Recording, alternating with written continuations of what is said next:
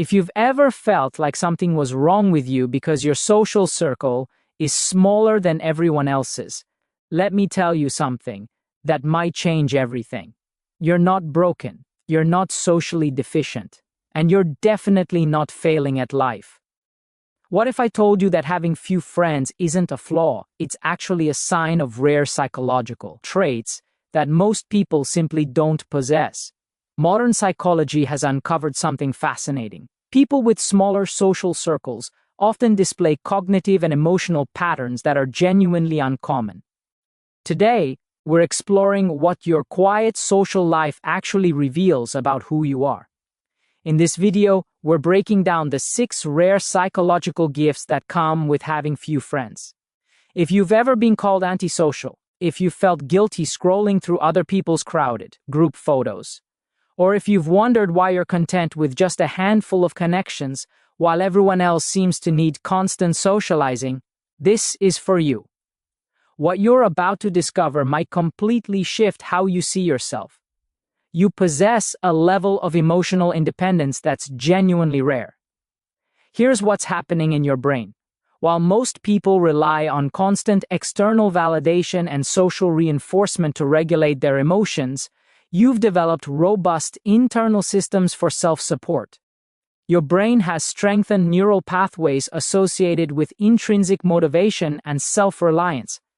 This might show up as your ability to spend entire weekends alone without feeling lonely, or your capacity to make major life decisions without needing a committee of opinions. You don't need someone else to make you feel whole because you've cultivated wholeness from within. This isn't isolation. This is profound self-trust. Psychology calls this autonomous functioning, and it's a marker of psychological maturity that many people never fully develop. While others panic at the thought of being alone with their thoughts, you've learned to be your own best company. This doesn't mean you don't value connection. It means you connect from a place of choice rather than desperate need. That's a position of incredible strength, and it transitions us perfectly into understanding your next rare quality. You have an unusually deep understanding of your inner world. When you have fewer external social demands competing for your attention, your brain naturally directs more resources inward.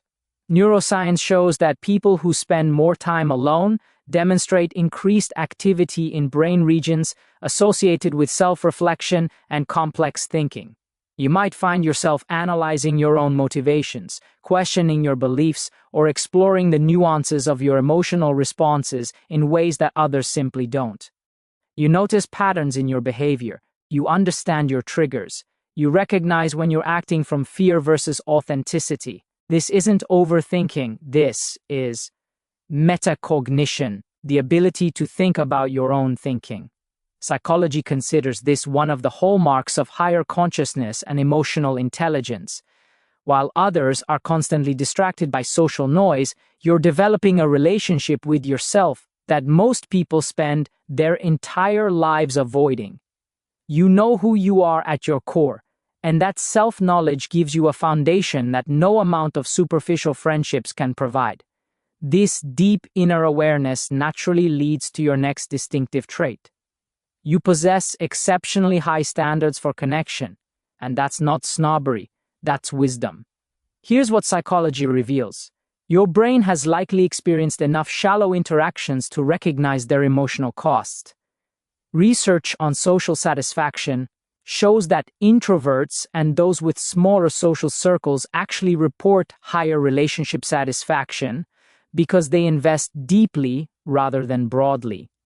This might show up as your inability to engage in small talk that feels meaningless, or your tendency to withdraw from friendships that feel one-sided or draining. You're not being difficult, you're protecting your energy. You've learned, whether consciously or unconsciously, that surface-level connections don't just fail to nourish you, they actually deplete you. This isn't a weakness, this is boundary intelligence. You understand that your time, attention, and emotional energy are finite resources, and you refuse to squander them on relationships that don't offer genuine depth. Psychology calls this selective social investment, and it's strongly correlated with long-term well-being and life satisfaction. You'd rather have 2 friends who truly know you than 20 who only know your social media persona. This discernment reflects a maturity that many people mistake for being picky when it's actually about honoring your authentic needs. Your solitude has gifted you with extraordinary mental space for creativity and deep thinking. Here's the neurological reality. When your brain isn't constantly processing social stimuli and navigating group dynamics, it has significantly more cognitive bandwidth for complex thought. Studies show that many of history's greatest thinkers, artists, and innovators were notably solitary. This might show up as your ability to lose yourself for hours in projects that fascinate you, or your tendency to make unexpected connections between seemingly unrelated ideas. You think differently because you have the quiet necessary for original thought. This isn't loneliness, this is intellectual freedom. While others are at their 5th social obligation of the week, you're developing skills, exploring ideas, or creating something meaningful. Psychology recognizes this as productive solitude, a state where your brain can engage in what's called default mode network activity, the mental process responsible for imagination, memory consolidation, and self-referential thinking. Your few friendships aren't holding you back, they're giving you the space to develop your unique gifts. This creative capacity connects directly to your next remarkable quality. You notice things about people that others completely miss. When you're not performing in social situations or managing multiple relationships, your brain becomes incredibly attuned to subtlety. Research in social psychology demonstrates that people who spend more time observing rather than constantly engaging develop superior skills in reading emotional cues, body language, and unspoken needs. You might find yourself picking up on someone's sadness when they're smiling, or sensing tension in a room that everyone else seems oblivious to. You read between the lines. You hear what people aren't saying. This isn't hypersensitivity, this is profound perceptiveness. Because you engage less frequently but more intentionally, you bring full presence to your interactions. Psychology calls this empathic accuracy, and it's a rare form of emotional intelligence that can't be faked or rushed.